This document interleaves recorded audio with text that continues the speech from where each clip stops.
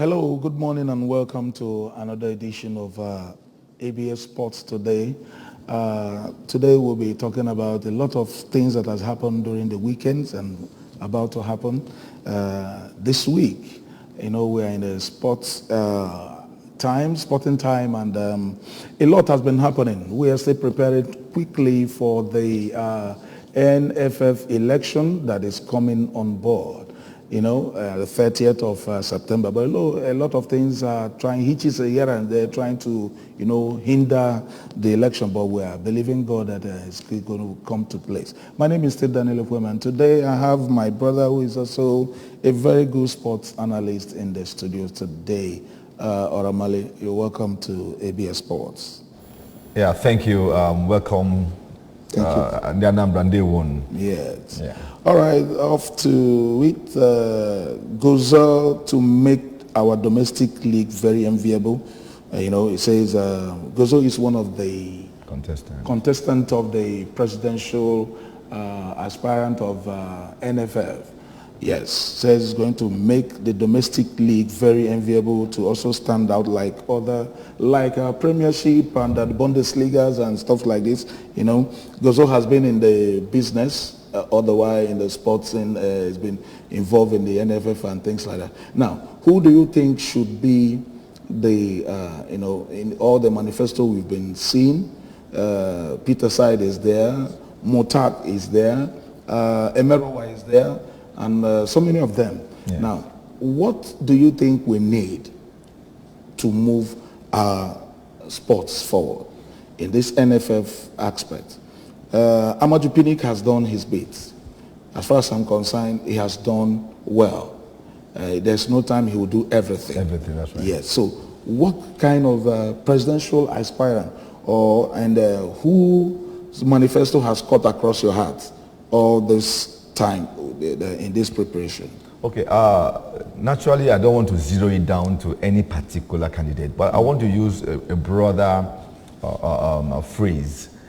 I'm thinking along the lines that at this point we need someone who had been in the game, who had played the game physically, who had participated. But don't you think that even playing the game might not make you a good administrator? I know. Okay. But it gives you an edge. It gives you an edge in the sense that it's something that you have a passion for. You're not just coming to manage. It's different that you're coming to manage a sector that, you just see the business, only the business aspect of it. But if you're also looking at the passion that you want this to succeed, because you come through looking at the challenges you had in your own time of playing, and you bring all that into play when you become an administrator, a player administrator. Look at the league, look at most of the coaches that we are beginning to have, young coaches that we begin to have in the Premier League today, are people who have played the game, and they are doing well for themselves in their different clubs that they are handling, because they understand what the player will feel. They could, they could understand, they could, feel. They have the feeling. They understand what the player feels. They understand what the challenges they have gone through in their playing time. So they bring all that experience to play when they begin to manage the game. So I'm looking forward to one of the one of the ex-players. Like Karibo Jiwe is still in the race? Yeah, what's his name again? You just mentioned him now. Karibo Jiwe, Emerowa, that's right. Okay. If you look at what they are saying in their own manifesto, in their own talk, they are looking at how to develop not just the managerial aspect of the game, not just the business aspect of the game, but also also developing the instincts of the player. Okay. To come into becoming the best that they can when and, they come most of the times one of the problems we've been facing, players keep complaining ever since we were growing up. We keep hearing Wayfair. That's it. You know how many players that sometimes you call them, they say they are not coming during those eras. But I think during Amaju Pinnick, that's the Wayfair thing. It seems he was able to, do the rate of not paying wayfare or taking care of the wayfare reduced during Amaju Pinnick. At least I think we should give him kudos on that. No, we give him kudos. Substantially, it reduced. Yes. But he didn't get it entirely right. Of course, like you said earlier on, not one person will not get everything correct. Right. Yeah. That's why you have, aside from the chairman of NFF, you also have the deputies board and all that. everything. One of the deputies of Sheyi Akinwumi is still there. He's contesting. He's contesting, but I'm asking myself, I listened to him recently, and he was reeling out, wonderful ideas, things he will do. And somebody asked him a question that was very pertinent. The man asked him, I said, "You have all these ideas. I didn't give it to your Oga. So why are you bringing it down now?"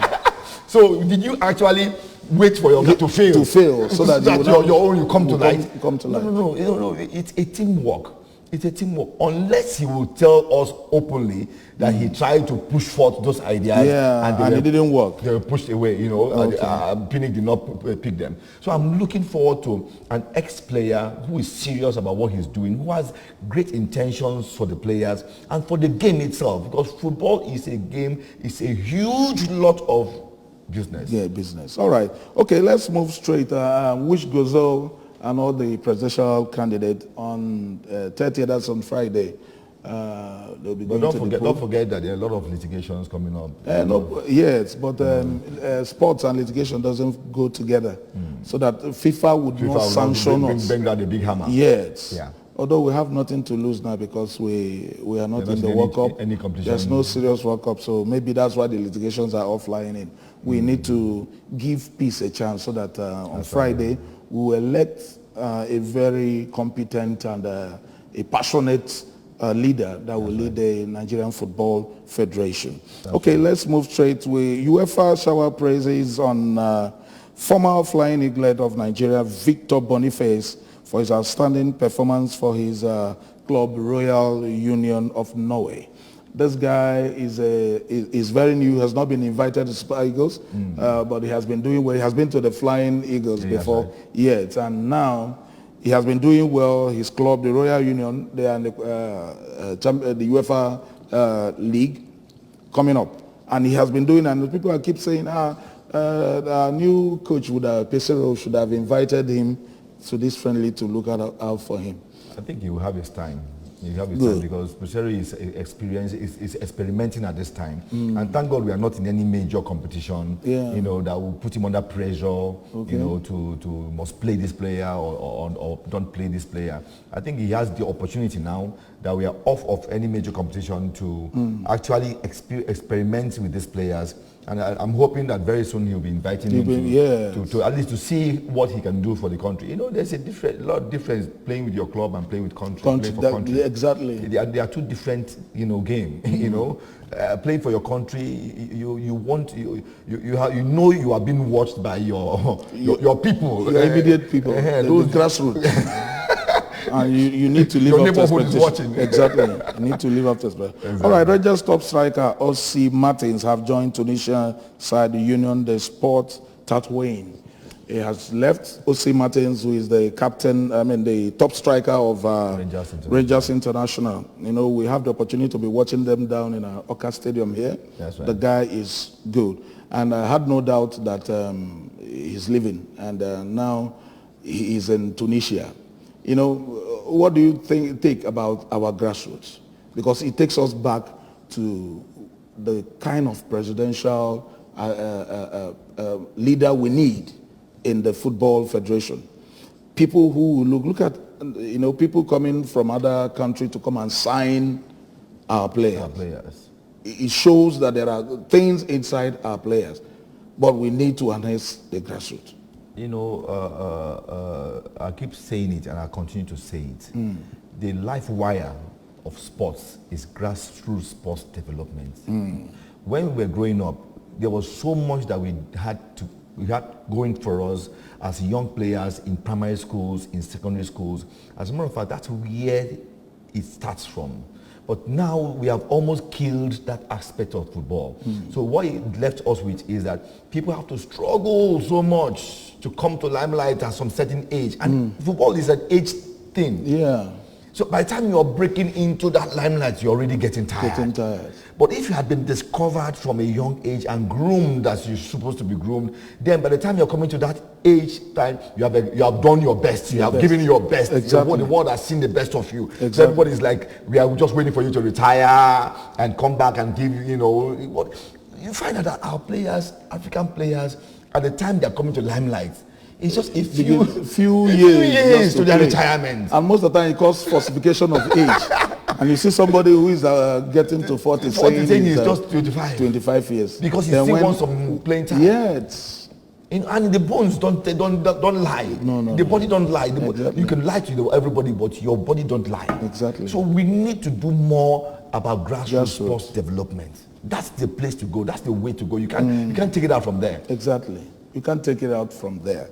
The grassroots is the place to go. So any man that is coming in that will not empower, like I heard Peter Said saying, I am taking this game to the states. That's right. I'm taking it to the FA chairman. You must always I'll give them money. Mm-hmm. Every month they must give me account of what they have done. In developing football, because once you empower the states, then I think the state will take it to the local area. That's right. And you understand. And this is where, I remember those days when we have Greta tomorrow under 13. Mm-hmm. We have Pepsi, when we play 7-Up Academy, all those things. These are things that we no longer hear. But you now see private things. He said every state now must give account of the people you're able to, we have to take this thing there. Okay. So we have to be at our best. O.C. Martins, we wish you well in your new club. That's right. And we believe you're going to make Nigeria proud there. And I believe Rangers Club, they'll be smiling down to the bank because it's not easy to have their top striker. Taking him away, O.C. Martins. All right. Wish him well. Yes. Today we are having Algeria will be playing Nigeria, the Super Eagles of Nigeria, in a friendly match. It's a Nigeria match. Yeah, it's a Nigeria match. Exactly. It's a Nigeria match. It's a Nigeria match, exactly. So today is going to be fun. So, but something spectacular is going to happen today. If you're able to predict the correct score of today's friendly match, then you're entitled to win a recharge card. Mm-hmm. Yet, so watch and let me know. You could call our line and tell us what you think the score will be. If you're able to predict that rightly today, you win a recharge card. The number is on the screen. Call the number and tell us your name and who you think that's going to win the match. Yeah. Now, how do you see this match today? Do you see Nigeria conquering Algeria or the other way around, knowing that Algeria is going for World Cup? They're going to World Cup. And why Nigeria is not? We were, you know how we went, Ghana defeated us and that was it. Now, what do you think that this match is going to do for us? Okay, for me, the match, the Nigeria match that we just... Sorry, somebody's on the line. Hello, good morning. Hello, good morning. Good morning, sir. Your name and where are you calling us from? Okay, my name is Mr. Chukwuka Mbamale. I'm calling from Enugu, Cool City. Okay, Mr. Chuka, welcome. So are you about to predict the Yes, I'm score? about to predict. The match is going to be 2-1 in favor of Nigeria. 2-1. Mr. Mbamali, I guess. Yes. 2-1. Yes. Okay, it's going to be in favor of Nigeria. Yes. All right, thank you very much. Thank you very much. Thank you. Okay, bye-bye. That's a passionate Nigerian. Yes. For me, like I was trying to say, Nigeria is not under any pressure to win or lose or to win this match. I think for me, it's a match that Nigeria needs to use to experiment what the new coach has been doing all this while. Now, this coach, for not bringing in somebody like Aribo, Joe Aribo, who has been consistent, is not part of this team. What do you think about it? That's why I said it's an experimental game for him. Okay, you may not bring all your best to play this match, although Algeria will want to see your best because they are preparing. For Algeria, it's a preparatory match for the World Cup. But for Nigeria, it's an experimental match to see which players can fit into his plan for the future of the Nigerian team. Okay. Okay. So he's going to come into the match with an open heart. Okay. Let's see. Okay. Hello. Good morning. Good morning. Yeah. Your name and where you calling us from? From Makodi. What's your name? Oh, Oh, sorry. You could still call back. The number to call is on your screen. Predict Nigerian match today. Is it Nigeria that's going to win or Algeria? Predict the right score, and you win a recharge card. Thank you. So we expect the Nigerian boys to put in their best. At this time, everybody who has an opportunity to play in the games that will be coming up, now, should know that they are going to be writing their name in history or trying to pick up a shirt for themselves in the build-up to the team that the new coach is working on. Because like I said, he has a time to explore. So he's going to explore today. He's going to be trying out a lot of key players and trying a lot of positions in the game to see what best he can do for the going forward in the Nigerian Now, team. we're still having problems with our goalkeeping aspects. Where the last warm-up match we played with Algeria Team B, we played 2-2, and we were, in the first half we were 2-0 down, where Okoye was there, and they keep complaining that Same Okoye. Same Okoye, same Okoye, Same Okoye. and no, we were 1-0 down before Adeleye came on board. Now, what do you think the coach should do? We have Adeleye, we have Ozoho and Okoye. And Okoye. Yes. These are the three key. We have Noble as well, the home-based player that keeps for Enyimba. Now, what do you think he should do concerning this? How do we change the narratives concerning the keeping? From the World Cup qualifiers, we've come to find out that we are having challenges with the goalkeeping aspect of the game. And we have a goalkeeper trainer, what's his name again? Aloyago, and he needs to do more. He needs to do more. It's like I said, these games that we're going to be playing from now till any other competitive game comes up, it's a time for them to actually, separate the children from the men. Or bring out the men in them. Or bring out the men in the children. In the children, yes. Because there's a man in the children. There's a giant in every boy. Yes. So if they can actually pull that out, get the best of them, use this as an opportunity. I'm not. We have all mourned the fact that we are not going to the World Cup. We're not going to any. We don't have any full, competitive game coming up. We have mourned that. We have put that behind us, and we are moving forward now. The coaches should also move forward with it. The players should also move forward with it. Every one of them should bring in their best. It's not time for complaints. It's not time. It's time to watch and see what can we do to get the best out of these boys. Because next year we're going for the Nations Cup, so there's a tournament. Qualifiers will soon start. So we cannot make the same mistake that we made in the past. Nobody will forgive anybody any longer. Yeah. And thank God we have a new coach that has an opportunity, and then we know that we saw that he's going to be a good coach. We want to support him, but we want him to also support the Nigerian people. And bring back the confidence. Football is something that brings Nigeria together. Exactly. About almost the only thing. Yeah, that's the only thing. Almost the only thing. Yeah, where we'll keep politics aside. Keep our differences aside. Yes, keep our differences aside. Keep our religion aside. Exactly. All right, we're still waiting for the calls. The number is on your screen. Who will win today's match, Nigeria or Algeria? Predict the correct score line, and you stand a chance to win a brand new recharge card. Yes. Brand new. Yes, brand new. FIFA to compensate Barcelona for their injured players during the international break. Well, I'm just hearing this that FIFA, if anything go by this words, the FIFA would compensate Barcelona for the injuries they incurred during the international break. All FIFA organized matches of competitions, that they're going to compensate Barcelona, starting with Barcelona. So what do you think about this? Is it a good innovation or just something? FIFA is always trying to reinvent itself. being the overall body that manages football, and FIFA understands the magnitude of football, not just the money they make from football, but the passion that goes with the game.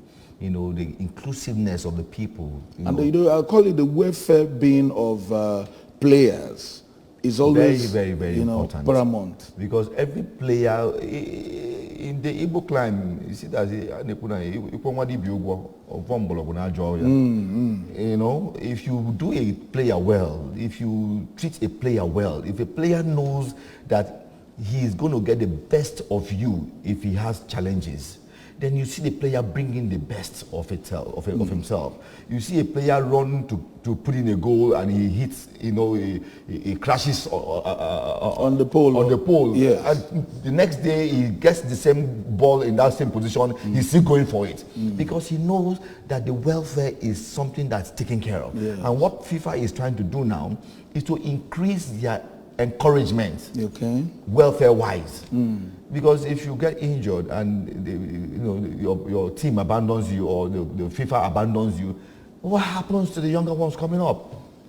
So what they are trying to do is wonderful. It's appreciable and it's wonderful. It's something that every club, every country should emulate. All right. Okay, so we want to say a very big good one for FIFA. That's right. And it has to be extended to every other clubs and both nations. Nations. That's right. It has to be extended. All right, Coach Edward is the latest casualty. Coach Edward has been sacked by the Watford Football Club. He's the latest casualty now. You know, Ranieri left Watford when they were relegated, and Edward took over, and he has not been doing well, and now he has been sacked. Shown the way out. Yes, and former West Ham coach Ivan Bilic has taken over the club now. He is the new coach there. That takes us to the list of coaches that has been sacked this season alone. In Premiership, we have Scott Parker of Bournemouth. He's been sacked August 30th. We have Thomas Tuchel, the Chelsea coach that was sacked. That was a huge one. Yes, that was a very big one. Very big one. That was a huge one. It was not. We didn't see it coming. No. We didn't see it coming. Then Graham Potter was not sacked. Potter was not sacked. He moved from Brighton to Chelsea. He's now the new Chelsea coach. He was poached. Yes. Then we have Mijovic of Bologna. That's the Italian league. He's been sacked September 6th. Giovanni Struppa of Monza was sacked. No, Monza is a new club that came in from from B division of the Italian league. Yes. And now they are doing well. They defeated Juventus just before the international break, 2-0. You know, it was like a movie. That's disaster. Honestly, it was like a movie. But that goes to tell you that, you know, a lot of clubs will be springing up a lot of surprises now. Yeah, definitely. What is it? No. It's a very serious matter now. Everybody is serious. The Champions League, the UEFA League, everybody wants to make names. That's right. You know? Domenico Tedesco of RB Leipzig was sacked September 7th, and Thomas Rees of Bochum was sacked as well, September 12th. You can see that September, August was just a carnival of sack. A sacking month. A sacking month for, coaches. So that is it. We are still waiting. Only one man has been able to tell us about, giving us a prediction. That's saying that Mr. Mbamalo, State. Yes, from Enugu. Okay, so what's your take on the friendly match? What's your prediction? Algeria will come all out to show their preparedness for the match, for the World Cup. And like I said earlier on, they are using this match to prepare and to show how much they are ready for the World Cup. So they're putting their best, try to beat Nigeria, and then Nigeria also will see it as a challenge. Yeah, we didn't do well we are not. I remember last Nations Cup, Algeria stopped them in the final. So it will be like a quarterfinal. So it's going to be a tough game. I think it's going to end up a draw. I don't know what the draw will be. I don't know if it's 0-0 draw. No, that's why you should do a prediction. A 2-2 draw will do me. 2-2 draw.